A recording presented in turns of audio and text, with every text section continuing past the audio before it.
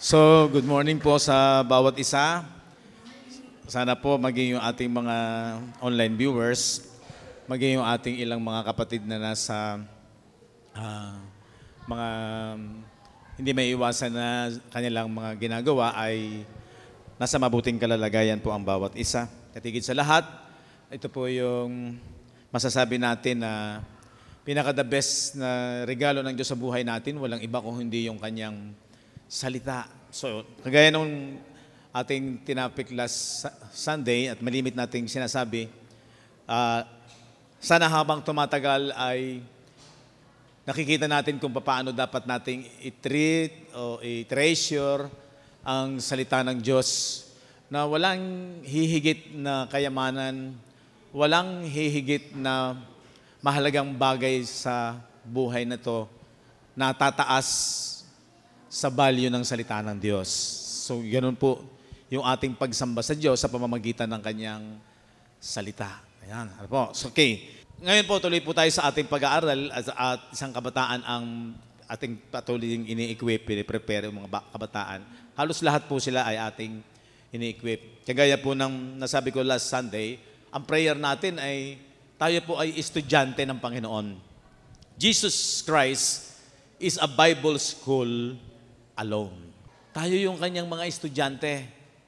Siya po is, kung tawagin ay Rabbi, Rabbi, Master, Guro. Kung ang estudyante po ng mundong ito sa pisikal ay importante at nag-aaral at hindi niya pinababayaan hanggat maaari hindi siya nagbubulakbol para pumasa, para maging maganda yung edukasyon, lalong-lalo na tandaan ninyo kung bakit tayo nagsasama-sama, yung ating pag-aaral sa salita ng Diyos. Tayo po ay nasa Bible School in the Spirit sa pamamagitan ng salita ng Diyos. At dapat po tayo ay lalong na-equip habang tumatagal. So makikita nyo, estudyante, kamusta pag-aaral mo, kapatid? Kamusta na yung mga, ikaw ba ay talagang nagkakaroon ng progress? Yan. Iniwan na natin yung tradisyonal na basta sumisimba na lang, no? At ang dapat lang mag-aral ay yung mga pastor, mga leader, mga workers. Hindi lahat tayo workers. Sang-ayon dun sa ating nagiging paksa. Lahat tayo member ng body ni Kristo at lahat tayo ay merong function. Amen po ba doon? Yun po yung totoo. Meron tayong guro, ang Holy Spirit, ang Panginoong Hesukristo.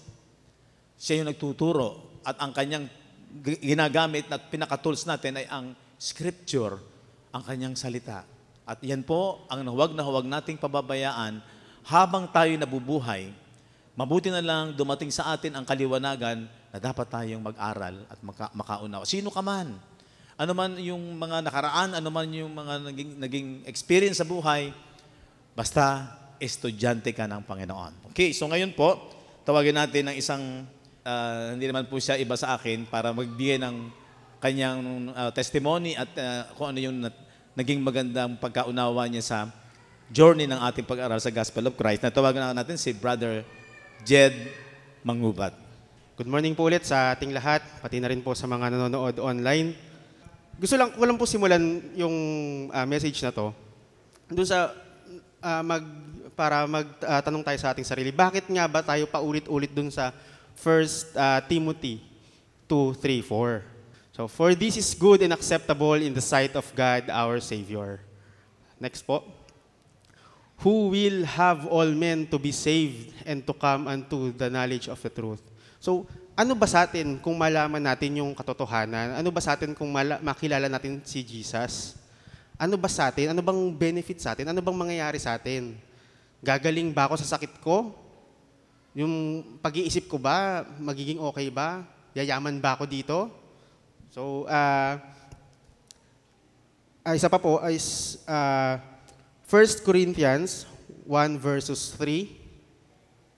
Ang sabi po dito, grace be unto you and peace from God our Father and from the Lord Jesus Christ. So, ito po yung foundation natin eh. yung grace, yan po si Jesus. Dahil sabi niya nga po, siya yung grace and truth.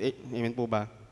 So, i-explore po natin, ano ba yung impact ni Jesus, ano ba yung impact ng kanyang biyaya sa ating spiritual well-being, sa ating pagkatao, sa ating espiritu na yun yung ating, yun yung nagbe-benefit sa pakikinig natin, sa pagbabasa natin, sa pagre-research natin tungkol kay Jesus.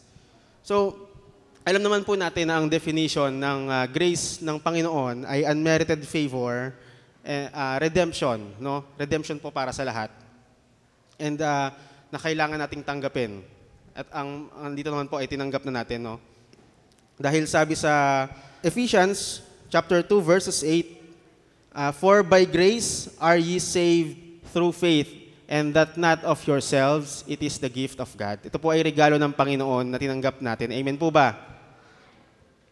So, and then, ang isa pang nakakagaan ng pakiramdam is yung invitation ni Jesus sa atin para siya ay, sa pag-aaral sa Kanya, na i-carry natin yung Kanyang burden, i-carry natin yung Kanyang labor. So, sabi nga po sa Matthew chapter 11, verse 28, come unto me, all ye that labor and are heavy laden, and I will give you rest. So magpunta po tayo kay Jesus. Ngayon, alam ko na hindi natin masyadong nare-realize na siguro yung mga ugali natin or yung state ng ating pag-iisip noon ay karamihan, halimbawa ako po, mainitin po ang ulo ko. Mainitin ang ulo ko sa mga kasama ko, sa mga kapatid ko, sa mga kasama ko din sa mga nakakasalumuha ko, ganyan. Pero, unti-unti po, binago ako ng Panginoon through Bible reading na na-realize ko, siya yung foundation ko. Hindi na ako masyadong nag-worry, hindi na ako masyadong nai-stress sa mga bagay-bagay kasi alam ko, nagiging confident ako na ang Panginoon ang kasama ko. Amen po ba? No? Na halimbawa, meron tayong mga problema, biglaan man or na-foresee natin, pero somehow napaparely tayo kay Jesus. Napaparely tayo sa mga Bible verses na nabasa natin. Alam ko naman po ang marami sa atin may mga favorite Bible verses, yan, ganyan, no? Sabi ko nga po sa ilan na nakaka-share ko, hindi ako magaling sa anong Bible verse to, anong chapter, anong book, anong verse. Pero alam ko yung content. Pero hindi naman po sinasabing okay na doon, mag-settle tayo doon. Pero doon sa ganong klase ng pag-iisip po na dahil sobrang hindi ko makontain yung galak na nasa akin, no? At alam ko, ganun din po tayo. Dahil hindi natin makontain, dahil sa dami ng information, sa dami ng realizations ng pag-ibig ng Panginoon sa buhay natin, hindi natin makontain na ikikwento natin sa mga kaibigan natin, sa mga kaklase, para sa mga estudyante, sa mga katrabaho, sa mga nagbibusiness, sa mga kliyente po natin, no? Somehow, kahit hindi mo sinasadya minsan, nagbibigay ng opportunity si God makapagkwento ka sa kaibigan mo kahit simpleng bagay lang.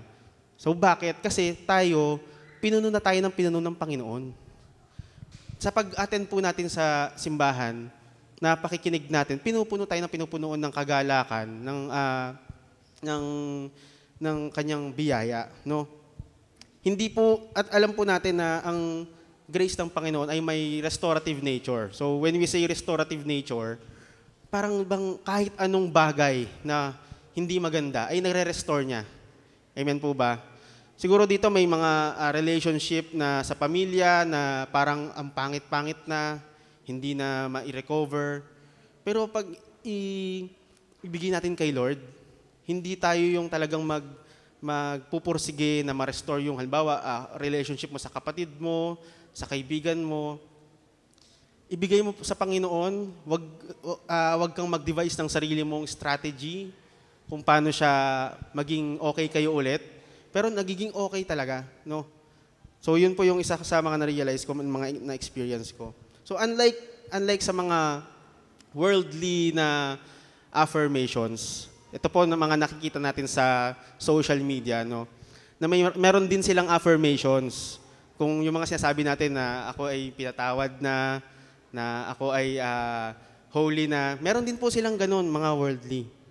Ang kaso, pagkakaiba is, syempre, hindi siya nakadepende sa Bible. Ang babaw ng foundation.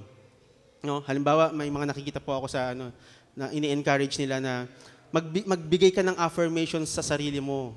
Maganda ka, magaling ka sa trabaho, hindi mo sila kailangan, yung mga ganyan. Para bang medyo selfish. Actually, selfish nga po yung mga affirmations ng world na ito. Pero sa affirmations na binibigay sa atin ng Bible is very, talaga, nakakapagpagaan ng loob. Alam mo na kahit mahina ka, dahil sa strength na binibigay ng Panginoon, ay nakakaya natin gawin. Amen po ba? Sa mundong ito, nadedefine po tayo sa mga pagkakamali natin. Hindi tayo gaanong na aalala sa mga magandang ginawa mo, sa mga itinulong mo, kundi sa mga pagkakamali natin. Pero kay Lord, sabi po sa 2 Corinthians 5:17, therefore, if any man be in Christ, he is a new creature. Old things are passed away, behold, all things are become new. So may bago kang identity kay Kristo. So yung mga noon na nire-regret mo lahat ng alam mo yun, may mga, alam ko, hindi lang ako siguro to no? Yung minsan napapatulala ka, tapos maaalala mo yung parang nakakahiyang ginawa mo. Tapos mapapaganong, ano ka na lang, ba yun? Ba't ko ba ginawa yun? So hindi na po, kasi tayo ngayon, nakarely na sa identity ni Christ. At sinong foundation? Si Jesus lang, hindi po sa kahit anong ginawa natin. Anong part natin? Kumbaga, inaccept natin si Jesus. Amen? Isa pa po, sa mundong ito, ang love and acceptance, kailangan mong i-earn, kailangan mong pagtrabahuhan. Para matanggap ka sa isang trabaho, kailangan maganda yung resume mo or yung CV. Kailangan madami kang certificates, kailangan madami kang training. Kung nasa college ka pa lang, kailangan maganda pa yung pinuntahan mong internship. Kailangan may, yung iba, nangangalap pa ng mga positions sa school, mga board, mga ganyan, mga councils, student councils. So bakit nila ginagawa yun? Kasi nalaman nila sa ibang tao na maganda nga naman sa resume. Pag maghahanap sila ng trabaho, hindi sila gaanong mahihirapan. Pero pagdating nila sa mga interview, iba pa din. Hindi pa rin sila tanggap. No? Pero sa Panginoon, napaka-unconditional ng pagmamahal niya. Gaya nga po ng sabi sa Romans chapter 5 verse 8, but God commendeth His love toward us, in that while we were yet sinners, Christ died for us. Wala pa tayong magandang resume, wala ka pang magandang ginagawa, wala ka pang accomplishment, wala ka pang achievements, pero tinanggap ka na ng Panginoon. Sumunod nga po na verse, sa verse 9, sabi dito, much more than being now justified by His blood, we shall be saved from wrath through Him. Justified by His blood. Hindi po justified by our actions. No? Ganyan po kabuti yung Panginoon, na pinlano na niya lahat. Hindi po siya, kaya nga po minsan napapa-share din ako sa mga naririnig ko din. No? Minsan, sumasabat na ako eh. Halimbawa, may mga naririnig ako na, ba't kaya ang Panginoon? Kasi kung ang asawa, halimbawa, sa isang mag-asawa, kung ang asawa mo, di ba, mahal mo, sasabihin mo, mahal mo. Tapos, pag ba nagkamali siya, susunugin mo ba siya? Sabi nung isa, hindi. E di, kung ginawa ko yun, hindi ko talaga siya minahal. So, sumagot ulit yung isa, bakit ang Panginoon, kung mahal ka talaga niya, bakit pag nagkamali ka, pag namatay ka, pupunta ka sa impyerno at susunugin ka ng for eternity. Di ba? So, napasabat ako. Di maganda nga po yan. Questionin nyo po. Sabi nung isa, sagot naman isa, masama daw kini-question ng Panginoon. Bakit naman po? Binigyan nga tayo ng utak para mag-isip. Sa school, tinuturo yung critical thinking. Huwag niyong basta tanggapin ang sinasabi ng mga professor, ng mga teacher. Yung mga tinuturo nila, i-search mo sa ibang books pa. I-search mo i-try mo, experiment mo, tapos pag feeling mo mali sila, i-question mo. So bakit pag sa Panginoon, hindi pwedeng question? Sabi niya, kasi Diyos siya eh. Sabi po ni Jesus, tatay daw siya eh. Pag po ba kayo, ang anak nyo, may gustong itanong, magagalit po ba kayo pag may kine-question kayo? Hindi. Matutuwa nga kayo at gusto kanyang makilala, matutuwa kayo, gusto niyang matuto. Amen po ba? Na talagang ang Panginoon talaga, si God, siya yung perfect Father. Sabi nga po ni Jesus, diba, kung kayong mga makamundong magulang, pag nanghingi sa inyo ng tinapay ang inyong anak, bibigyan nyo ba ng bato o ahas? Parang ganun po yung content ng verse. Hindi naman, di ba? Pero bakit iniisip natin sa Panginoon, ganun siya yung pakikitungo niya sa atin, ganun siya kalupit. So hindi po na talagang ang kanyang pagmamahal sa atin, yung pinakapagmamahal na pinapangarap natin. Isa pa po na comparison sa mundong ito at sa Bible is yung dito sa mundong ito, we have to strive for perfection. Yung worldly standards to attain perfection, napakadami. Kailangan environmentalist ka, kailangan maging activist ka rin sa mag-anti-oil ka, mga ganyan. Then hindi naman anti. Kumbaga, maging activist ka rin sa mga rights ng mga LGBTQIA, mga ganon. So, ang dami. Kailangan maging vegan ka din, ipaglaban mo ang mga buhay ng mga hayop. Pag hindi mo ginagawa yon sa ibang tao, masama ka. Pa-verse ka pa, pa-Bible verse ka pa. Yung buhay ng hayop, hindi mo naman pinaglalaban. Mga ganyan-ganyan. So, napakadami. Pero sabi ng Panginoon sa 2 Corinthians 12:9, "And He said unto me, My grace is sufficient for thee, for my strength is made perfect in weakness." Pakaganda po ng "for my strength is made perfect in weakness. Most gladly, therefore, will I rather glory in my infirmities, that the power of Christ may rest upon me." So ano pong dala ng message na to is hayaan mong mahina ka. Dahil sa kahinaan natin, andyan yung kalakasan ng Panginoon.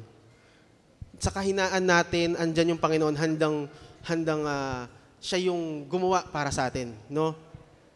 Hindi po totoo yung sinasabi nila na sa Diyos ang awa, sa tao ang gawa. Hindi. Hindi po yun. Hindi ka gagawa. Ibigay mo lahat sa Panginoon. Yung stress mo sa trabaho, kahit napakaliit na bagay, ibigay natin sa Panginoon. Di ba sabi nga po, pag tayo napuno ng pagmamahal ng Panginoon, no, yun nga, katulad ng sinabi natin kanina, hindi natin makontain. Kaya nga, lalo na yung mga hindi natin kapalagayang loob, nawawala. Yung mga nakagawa ng mali sa atin, para bang hindi na tayo galit sa kanila. No? Kasi sinasabi rin ng Panginoon, Colossians chapter 3, verse 13, "Forbearing one another and forgiving one another, if any man have a quarrel against any, even as Christ forgave you, so also do ye." So kung may mga kaaway pa tayo na siguro nalimutan na natin, no, dahil hindi ka naman nagalit. Siguro nalimutan mo lang. So patawarin na natin. Hindi naman kailangan nga po katulad ng mga past na discussions, hindi naman po kailangan na pagkatiwalaan mo siya ulit or maging kaibigan kayo ulit. Pero sa sarili mo lang, patawarin mo na siya. No? Or napatawad mo na siya dahil grabe yung pagmamahal sa iyo ng Panginoon. Nare-realize mo na, ako nga pinatawad ng Panginoon eh. Kakarampot lang yung ginawa sa akin ng taong yun kumpara sa mga ginawa ko noon. No? So through this, we also embrace the mind of Christ. Ia-align po natin yung ating pag-iisip sa grace ni Lord, sa transformation niya. Sabi nga po sa Romans chapter 12, verse 2, "And be not conformed to this world, but be ye transformed by the renewing of your mind, that you may prove what is that good and acceptable and perfect will of God." So matransform po yung mind natin dahil corrupted po talaga ang utak natin, no? Sabi nga, 'di ba, dahil nakuha natin yung nagsasarili tayo ng definition of good and evil. So actually narinig ko rin po 'yan. Bakit nga ba naging mali na nalaman natin yung good and evil? Nung nalaman ni Eva at Adan yung good and evil. Hindi naman po yung parang general term na yon yung mali. Yun yung nakikita ko, no? Pero ang ganito po yung nangyayari. Hindi tayo yung hindi na si Lord yung nagde-define ng good and evil. Dapat po kasi siya yung pinaka-authority. Kundi kinukuha natin yung authority na yon na tayo na magde-define ng good and evil. Halimbawa, ako, maganda sa akin, good sa akin, pero sa'yo, hindi. So, nagko-contradict. Pag kanya-kanya tayo ng definition of good and evil, nagko-contradict. Pero pag ibinigay mo sa Panginoon yan, hayaan mong si Lord yung mag-transform sa utak natin, sa pag-iisip natin, grabe yung transformation sa buong pagkatao po natin. At napakalaki pong opportunity yung sinasabi dun sa 1 Corinthians chapter 2, verse 16.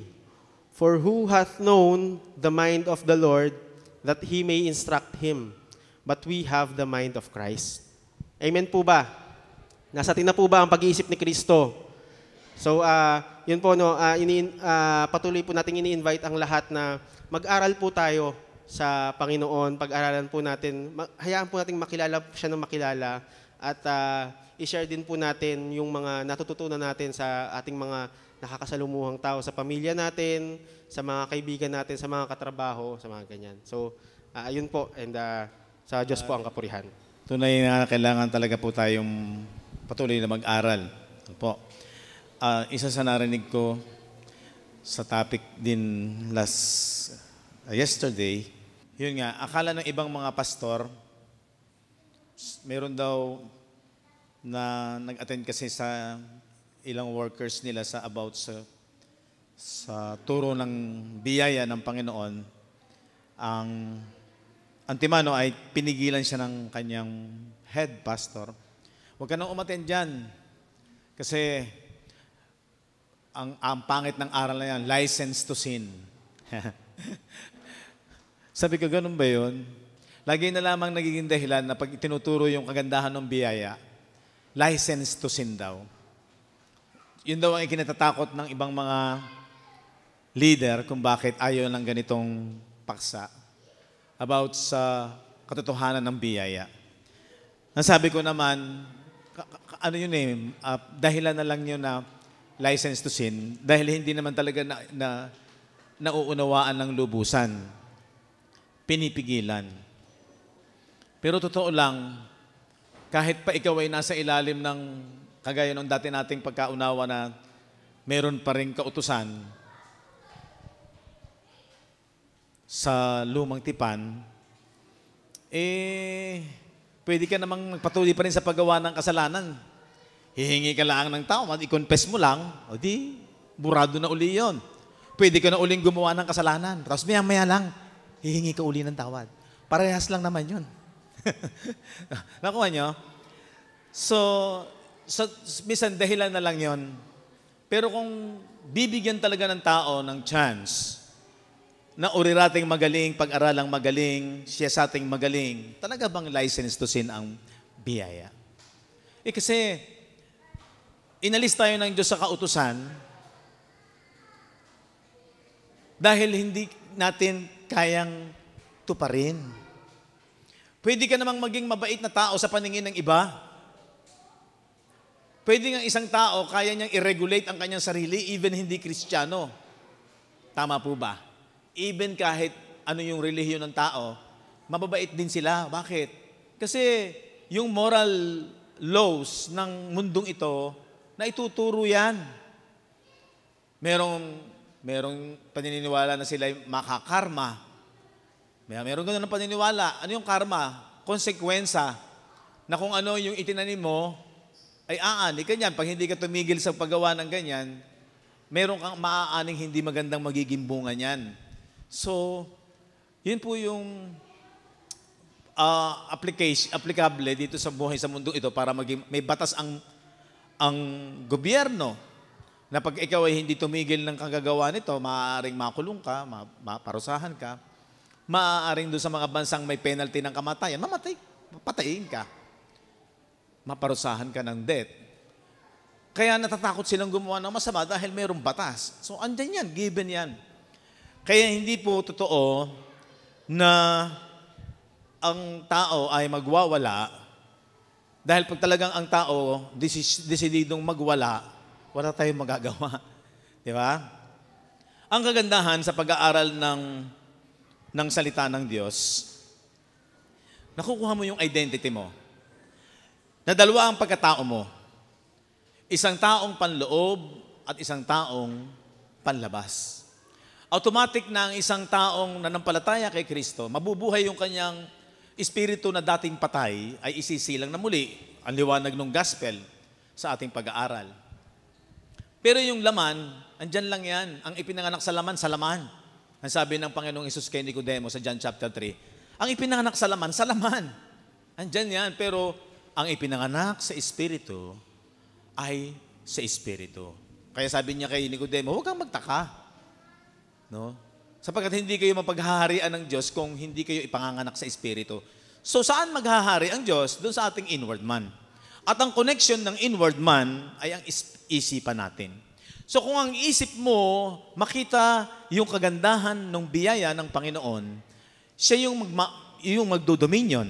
Diba? Ayon sa ating pag-aaral, sa mga nakaraan nating pagpaksa, itong ang physical, sang-ayon doon sa ating binasa sa Romans 8, 10, 11, ay kapag ang isang mananampalataya, verse 11, yan, but if the spirit of him that raised up Jesus from the dead dwell in you, so, yun daw, ang Holy Spirit nasa atin na. Yun yung bumuhay na mag-uli kay Jesucristo. At yan din daw, sabi diyan, he that raised up Christ from the dead, ang bumuhay kay Kristo mula sa kamatayan, shall also quicken your mortal bodies. So itong ating physical, magkakaroon ito ngayon ng buhay sa paningin ng Diyos by His Spirit that dwelleth in you. Kasi, ang ating physical, ang isang born again, magiging instrumento na lamang itong kanyang physical body nung laman ng kanyang isipan. Dahil pag nagbago ang isipan ng isang tao, nabuhay ang kanyang espiritu, matwid na yung kanyang espiritu, banal na yung kanyang espiritu, may buhay na walang hanggan na yung kanyang espiritu, ma-amaze ka sa biyaya ng Diyos, yung kagandahan ng ginawa ng Diyos, glorified na yung espiritu mo. Bakit? Kasi nababalot na yon ng dugo ni Jesus at ng sealed na yon ng Holy Spirit, sang-ayon sa ating mga pag-aaral. Doon ka magiging masaya. Hindi mo na pagtutuunan ng pansin ng lubusan yung mga bagay na pang-physical. Yung mga lahat ng nasa niyan, hindi mo siya pwedeng, yun ang magdodominion sa iyo. Ang magdodominion sa iyo, yung pinaniniwalaan ng isipan mo na kagandahan ng ginawa ni Jesus, na yun ay ligtas na, yun ay banal na, yun ay matuwid. Yun ang identity ng yung inward man, which is the mind. So kung ang isipan mo ay maliwanag kung ano yung totoo, paano magwawala ka sa paggawa ng gusto ng laman? Yun yung totoo noon. Diba? Mahihigitan mo pa nga yung pagkaalam ng masama at mabuti ng tao. Lampas ka sa kaalaman ng mabuti at masama sa pag-iisip ng pangkaraniwang tao. Dahil mas mataas na kaisipan meron ka. Kaya nga yung dati nating kaisipan na nasa kalaliman, nung bumagsak, nung corrupted ang isipan, nasa mababang kalalagayan ang isipan ng tao na wala kay Kristo. Huwag niyong kalilimutan yon. Yung mga termino na nasa kalaliman, no po, yun po'y kalalagayan ng mga religious leaders that time, na which is, sila'y karapat dapat sa hell, which is the Tartarus. Kasi tatlo yung hell eh. Yung hell na Hades is grave, libingan. Yung hell na Gehenna, yun yung Valley of Hinnom, Gehenna. Pag-aralan natin yun, di ba? Na yun yung sinasabi sa Jeremiah chapter 19, na doon sa Valley of Hinnom, sa panahon ni Haring Solomon, yung mga Israelites ay nag-ahahandog ng mga bata kay Moloch, doon sa Gehenna, Valley of Hinnom, inaapuyan yung bata at inihahandog at doon ay pinapatay. Ang sabi ng Panginoon, hindi ko inisip yun.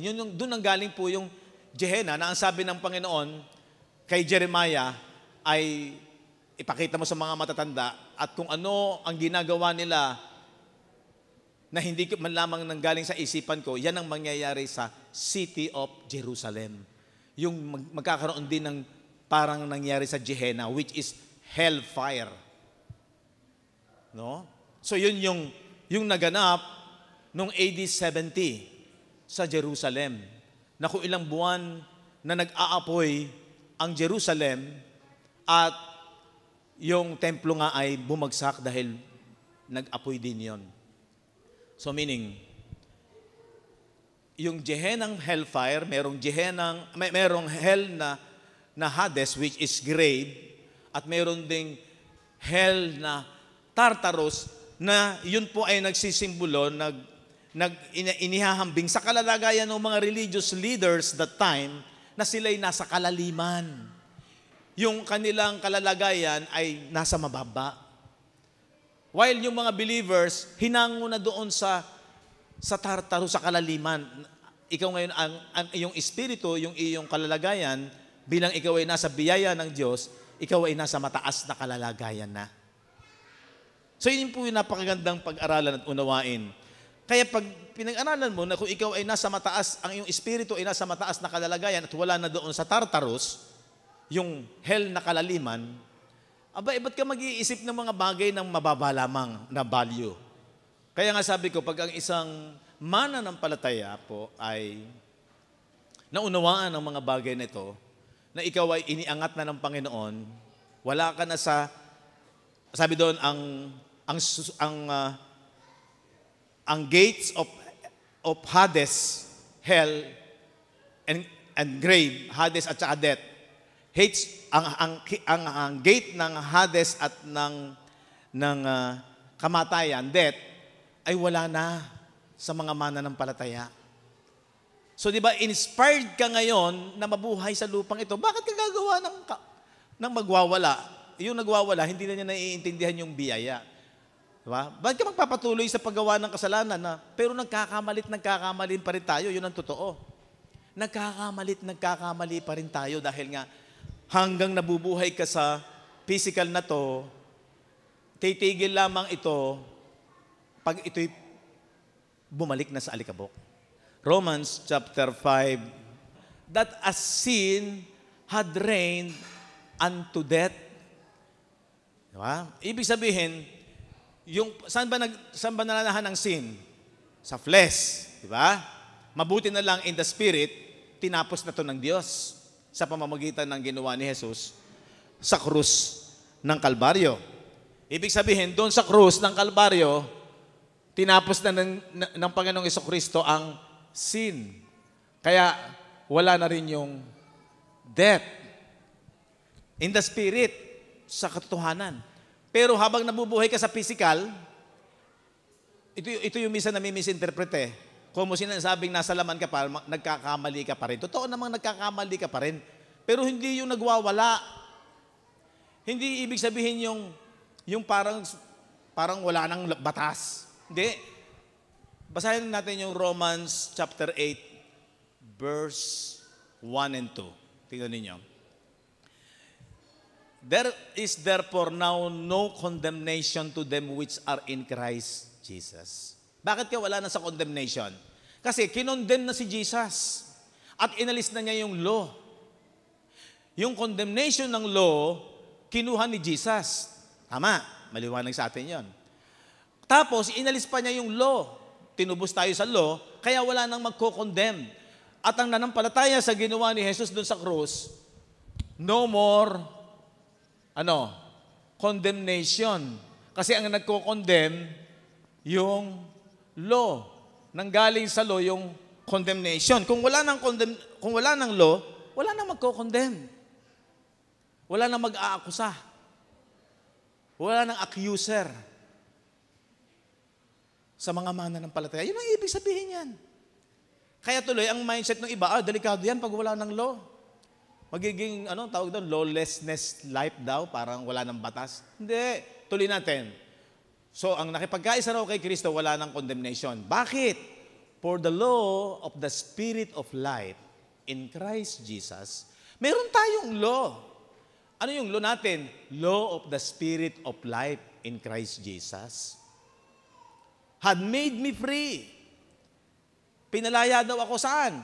From the law of sin and death. Ano ba yung law of sin and death? Ito yun, yung law. Yan yung law of sin and death. At ito naman, ito yung ginawa ni Jesus sa krus ng Kalbaryo, ito yung law of the Spirit that gives life. Kung saan nandun ang Espiritu ng Diyos, nandun ang buhay. Andun din ang kalayaan. Saan? Anong kalayaan? Malaya na yung inward man natin, yung ating espiritu, sa kasalanan. Nakuha niyo po? Kaya talagang kailangan mong tutukan na may galing yung ginawa ni Jesus sa krus ng Kalbaryo. So meron ka bang batas? Yes. Batas ng espiritu na nagbibigay ng buhay. Pero wala na yung death. Ang ibinibigay ng batas ng espiritu, palaging buhay. Wala nang kamatayan. Yun ang good news. Yun ang biyaya ng Diyos. Kaya malaking kalokohan yung sinasabi na magiging license to sin. Kung talagang malabo at hindi naiintindihan, sa kanila license to sin. Pero pag ikaw ay, ang sabi ko nga, kailangan kasi huwag agad sasarahan ng isipan. Kasi pag sinarahan ng isipan, ay di wala nang chance na tingnan at unawain ang kabuuan. Minsan kasi, halimbawa, ang subject ay, elephant. Eto ka, nasa harapan ka ng elephant. Pag-aaralan mo yung elephant, ganito pala elephant. Nakikita mo yung harap niya, yung front view. Pero, dapat hindi ka natapos doon na, ganun pala siya. Ganito pala kanyang ilong, ganyan pala kanyang mukha. Hindi mo nakita, hindi ka pumunta rito sa side, hindi mo nakita yung side view. Ang nakita mo lang, ang malinaw sa'yo, yung front view. Yung side view, hindi, at saka lalo na itong, yung back, yung likod. Hindi mo nakita yung likod. Parang ganyan ang pag-aaral. Kailangan yung kabuuan ng biyaya ng Diyos. Yung kabuuan ng ginawa ni Kristo, kaya pinag-aaralan yan, malaman mo ang lahat ng aspeto para makita mo yung ganda. Pero pag nakita mo, hinatulan mo na agad, hindi maganda. Ito lang. Parang bahay. Hinusgahan mo na agad. Hindi ka man lamang bumunta sa may tagiliran, sa may likod. Lalong-lalo na, pag ito isang bahay, isang building, kailangan mong pumasok sa loob. Kasi hindi kumpleto ang bahay kung makikita mo lamang yung kanyang panlabas na anyo. Tama? Ganyan din po yung biyaya ng Diyos. Kailangan makita mo lahat yung anggulo. Kaya pag hindi ka excited or hindi mo talagang tiningnang magaling, hindi mo mauunawaan. Agad-agad, magkakaroon ka agad ng conclusion, ganito yan, delikado yan. Tapos, kaya lahat ng kwentuhan mo, hinawa mo doon sa naiintindihan mo. Yun ang delikado. Yun yung sinasabi sa aklat ng Timothy. 1 Timothy 4:16. Pansinin niyo ito magaling. Mag-ingat ka sa iyong sarili at sa iyong turo, ang sabi ni Pablo kay Timoteo. Manatili ka sa mga bagay na to, dito sa katotohanan ng gospel. Sapagkat sa paggawa nito, ang iyo ring sarili ang ililigtas mo at pati na ang mga nagsisipakinig sa iyo. So, sinong inililigtas mo? Sarili mo. Kung ano paniniwala mo, na ligtas na ako dahil ito yung aking pinaniniwalaan. Yung pala, kulang pa. Hindi pa talagang maliwanag sa iyo. Kaya tama yung sinasabi ni Pablo sa Korinto, kung ang aming ebanghelyo ay natatalukbungan, so ginagamit ng iba ebanghelyo pero may talukbong pa, natatalukbungan lang ito sa mga napapahamak. At kung ang mag-share ng kaligtasan ay hindi maliwanag sa kanya ang katotohanan ng ginawa ni Kristo, kagaya sasabihin, license to sin yan, delikado yan. Pipigilin mo yung tao. O di ano nangyari? Ikaw at pati siya na nakikinig sa'yo, mapapahamak. Kaya napakalaking danger po yan. Kung bakit tayo dapat nag-aral. Tama yung sabi ni Jed, wala na ba tayong karapatang magtanong? At pagka ikaw ay parang kinu-question mo yung tinuturo ng isang leader, parang rebelde ka na? Parang lumalabang ka na sa katotohanan? Bakit? Kahit sino pwedeng magkamali. Sina Peter nga nagkamali nung nasa kanila na ang Holy Spirit pero hindi nila maiwan-iwan yung mindset ng kautusan. Ayaw nilang makisama sa mga Gentiles. Maliban na talagang tinuruan sila ng Holy Spirit, makisama ka na, ang nilinis ko, malinis na. Saka siya sumunod. Ibig sabihin, sa Acts chapter 10, mayroon pa rin silang maling katuruan. Hindi pa rin maliwanag sa kanila na tinubos na sila sa kautusan. Nanilinis na ng Diyos ang anumang bagay na marumi. So, napaka-importante nung mag-aral po talaga tayo. Dahil tayo nga, yung ating paksa last week, study 2 Timothy 2:15, study to show thyself approved unto God, a workman, manggagawang walang dapat ikahiya. Hindi basta yung banat ka ng banat ng mga ngaral ka, magtuturo ka. Delikado po, kailangan ng rightly dividing the word of truth. Unang-una, ano yung rightly dividing the word of truth? Diba? Malaki ang diferensya ng before. Ito yung before the cross. Dahil isinilang si Jesus, nasa ilalim pa siya ng Old Testament. Sabi ng Galatians chapter 4, verse 4 to 5. Kinakailangan niya kasing tubusin una ang mga Hudyo, pangalawa mga Hentil, sa ilalim ng kautusan. Ang sabi diyan, datapat nang dumating ang kapanahunan, ay isinugo ng Diyos ang kanyang anak. Noong siya'y isinilang, baby pa siya, doon sa pasabsaban, di ba? Ipinanganak siya ng isang babae. Andito si Mary, andyan din si Joseph. Ang sabi diyan, sinugo ng Diyos ang kanyang anak na ipinanganak ng isang babae, ipinanganak ni Mary, ipinanganak sa ilalim ng kautusan. So ipinanganak siya na andito pa sa Old Testament. Anong purpose? Ano sabi ng verse 5? Para maging maliwanag lalo. Ang sabi ng verse 5, ano yung purpose? Upang matubos niya ang nangasa ilalim ng kautusan. So kinakailangan hanguin sila sa kautusan. Bakit? Walang makatupad. Alam na natin, bakit walang makatupad? Ang proseso ng kautusan, kailangan mong gawing 100%. Ay ang mga relihiyon, laging itinuturo, kailangan mabait ka. Pag mabait ka, kukunin ka na ni Lord. Sana kuhanin ka na ni Lord. Kasi nasa heaven ka na. No. Kahit ang bait mo at nasa ilalim ka pa ng kautusan, hindi mo mararanasan yung pagiging born again. Pagiging makupkup ka sa mga anak. Adoption of sons. Bakit? Kasi pag ikaw ay nasa kautusan, palagi kang nasa condemnation. Lagi kang nasa condemnation kasi mayroong law. Kailangan mawala ka sa condemnation para mawala ang power ng sin and death. Di ba sabi ng Romans 8:2, sapagkat ang espiritu ng buhay na kay Kristo Jesus, ito yon, ay pinalaya ako sa kautusan ng kasalanan at kamatayan. Ano yon? Yung law. Kaya balik tayo sa Galatians 4:5. Pag wala na ang isang tao sa ilalim ng kautusan, wala nang magsasabi sa kanyang inward man na bumalik uli sa kadiliman, bumagsak uli sa kasalanan, wala na. Dahil ikaw ngayon ay anak ka na ng Diyos. Na born again na yung ating spirit. Born in the spirit, hindi sa flesh. Pag ipinanganak ka sa espiritu, yung espiritu mo hindi na pwedeng madominion ng kasalanan. Di ba? Kasi bakit? Wala na sa law. Kaya si Jesus, isinilang siya sa ilalim ng kautusan, tutupadin niya yung kautusan.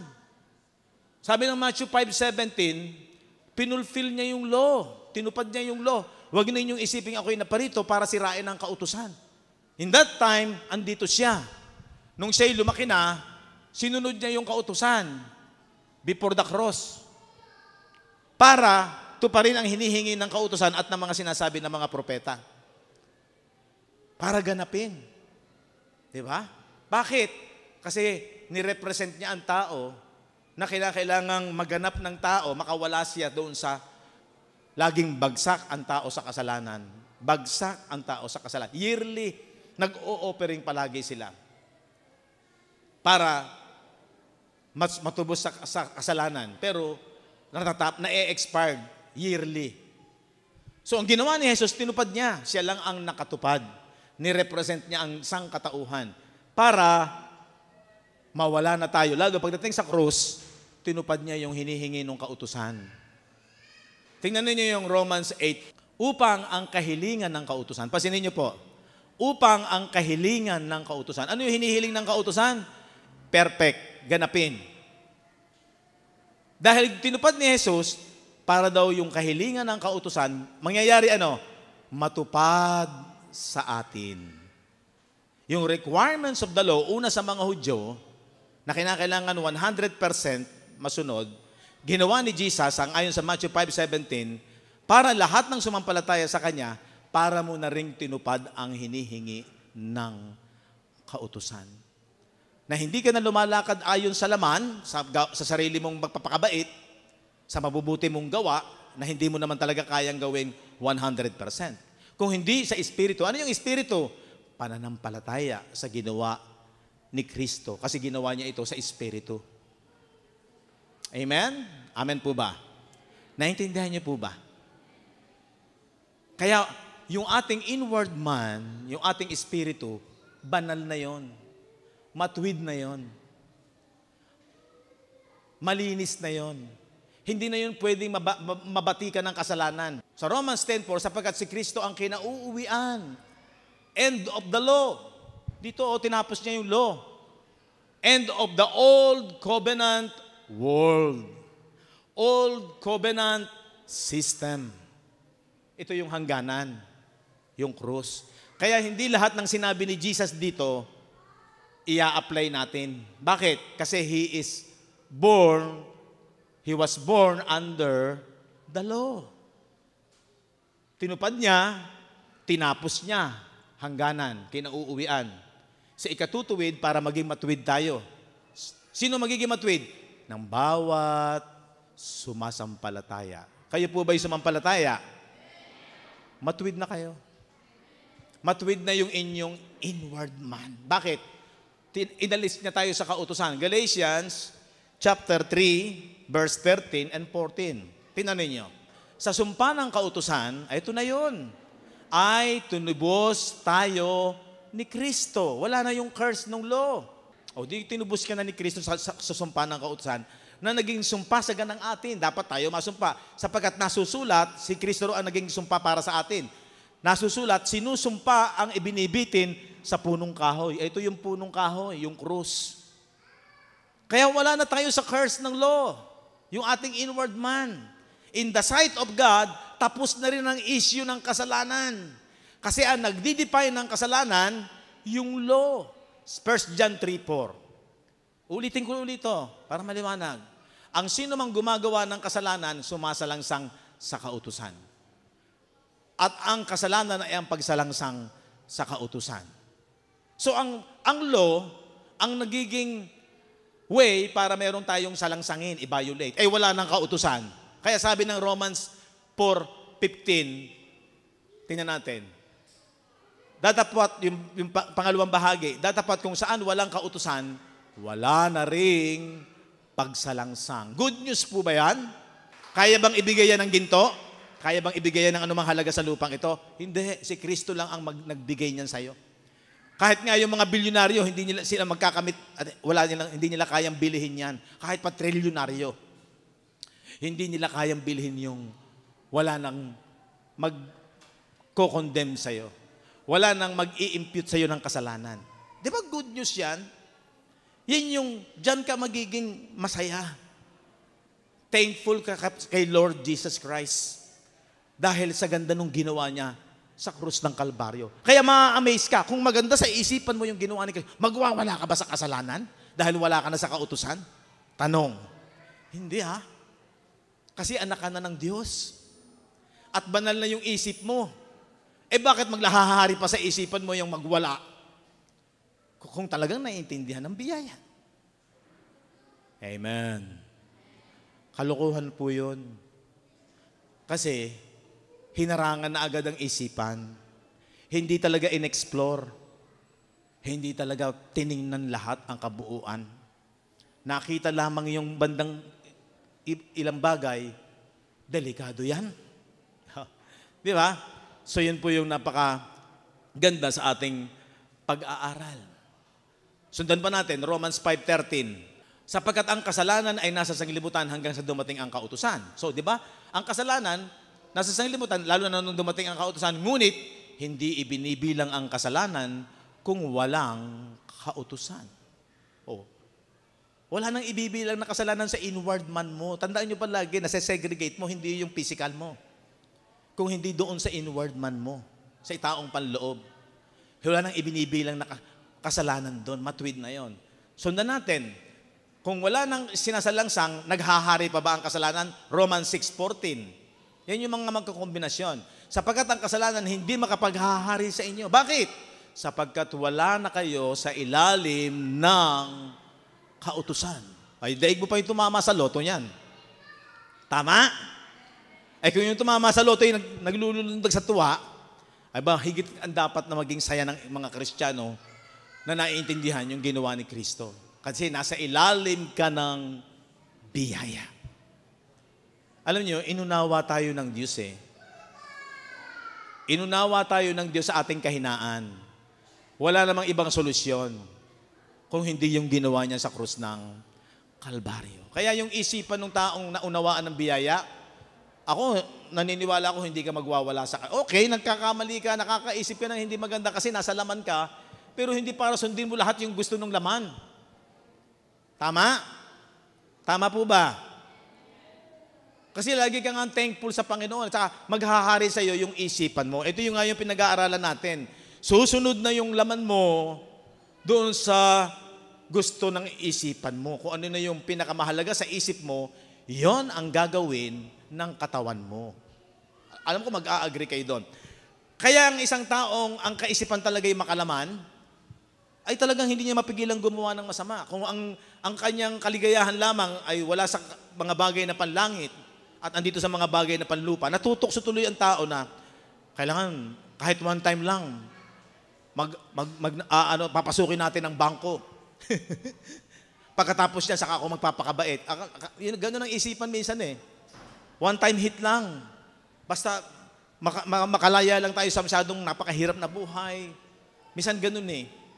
Pero pag pinag-aralan mo, hindi yun ang isipan ng Kristiyano. Isipan talaga yun ng mga tao na akala ang value ng buhay andito lamang sa lupang ito. Pero pag naghari na sa iyo ang kayamanang panlangit, ayun na yung kayamanan mo. Yun na yung babalyuhin mo, yun ang gagawin nitong iyong katawan. Magdudominion sa iyo yung value ng mas pinahalagahan na bago kasi yung isipan mo. Paano magwawala sa kasalanan? Nasa mataas na kalalagayan na yung isipan mo. Ibig sabihin, hindi na yung mga value ng bagay lamang sa panlupang ito ang pinakamahalaga sa iyo. Mahalaga yan para sa physical.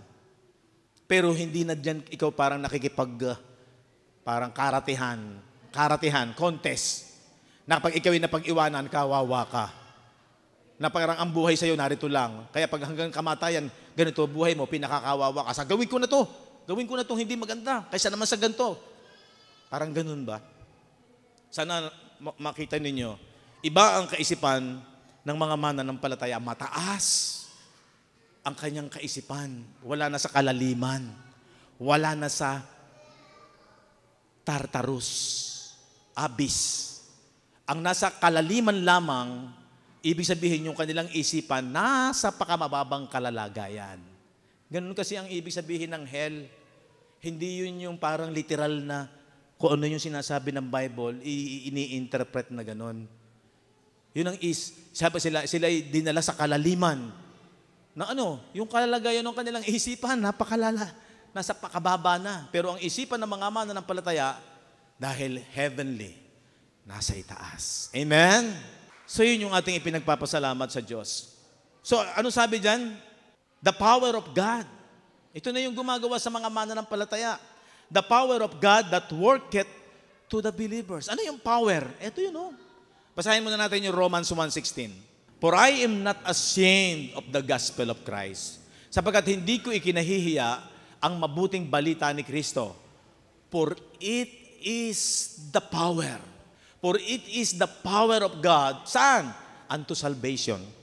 Ang mga makamundong isipan, naghahanap, parang ako nung araw, naghahanap ako ng anting-anting, yung para magkaroon ka ng protection sa physical, para wag talaban ng bala. Sabi nila, hindi ka tatalaban ng bala pag meron kang kabal, meron kang anting-anting. Noon, ang turo sa amin, yan ang power. Lihim na kapangyarihan ng Diyos. Kaya ang meron lang daw yan, yung merong mga Latin words, mga kalihimang kapangyarihan. Napaniwala naman ako noon. Kaya nahilig ako doon. Dahil akala ko, yun ang kapangyarihan ng Diyos para kaligtasan dito sa lupa. Hindi tinatablan, parang sinardong putik, nagkakaroon ng tagabulag, pag daw tumutuntong sa putik, yung pala, ay nagpuputik ang katawan, kaya hindi na makita. So, ang daming ganyan. Pero ano yung power na sinasabi ng Bible? Gospel. It is the power of God unto salvation. Una daw sa bawat sumampalataya, una sa mga Hudyo, talaga namang una sa mga Hudyo yan eh. Pangalawa sa ating mga Gentiles, sa Greek. Diba? Kaya hindi daw dapat ikahiya. Hindi, ang focus ay sa physical. Ang focus nito ay sa spirit. Kaligtasan para magkaroon ng buhay yung espiritu na dati patay at nagkaroon ito nung isinilang ito, nagkaroon ng buhay. Di ba ang isinisilang, ayan, may panibagong buhay na naman.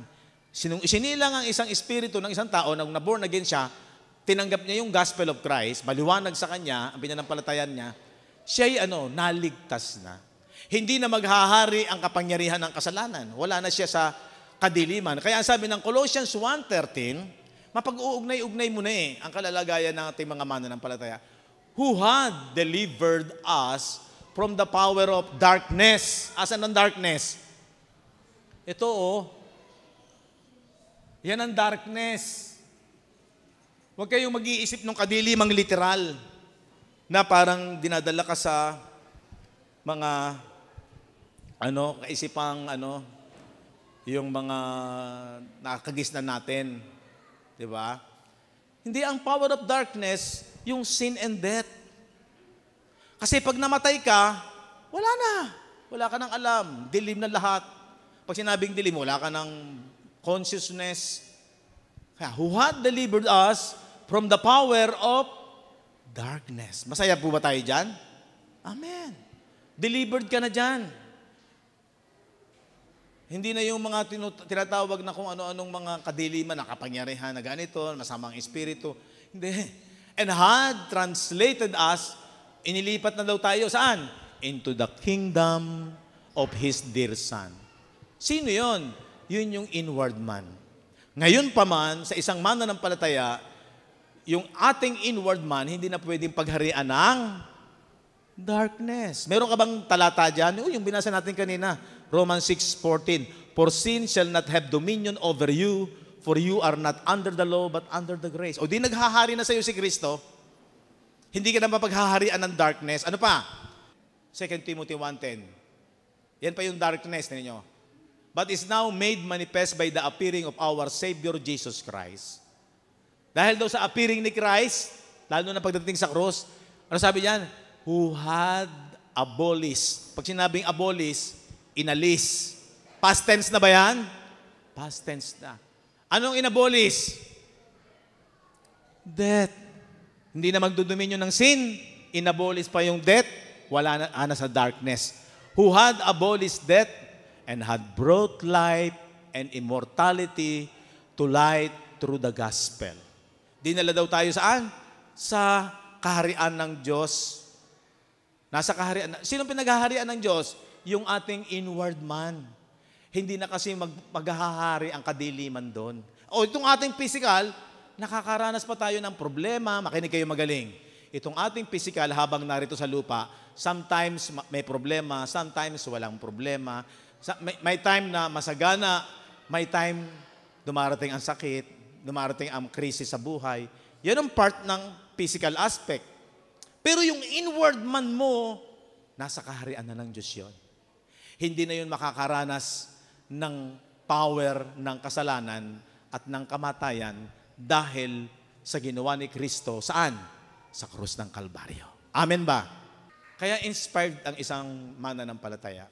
Even mayroong mga problema, even iba't iba ang sirkumstansya, karanasan sa buhay sa physical. Pero yung inward man mo, yun yung iniligtas, yun yung sealed ng Holy Spirit, glorified na yan. Kasi andyan na yung kaluwalhatian ng Diyos. Nakaupo na yan kasama ni Kristo Jesus sa kanan ng Ama. Ang sarap. Paniniwalaan ko yun kasi yun ang espiritu ng katotohanan. Diba? Yun ang pananampalataya.